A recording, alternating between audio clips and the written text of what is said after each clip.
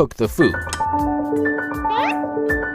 Also note that conventional oven time, thus nutrient losses. How do microwave ovens work? They work with the help of Iron Man lasers. No. A microwave oven is basically a metal box containing a magnetron. It heats or cooks food much faster and more evenly as compared to a conventional oven. When switched on, the magnetron converts electricity into microwaves. Microwaves penetrate the food and excite water, fat, and sugar molecules, generating heat and thus helping us to heat up or cook the food. Also note that conventional ovens heat the food from outside in.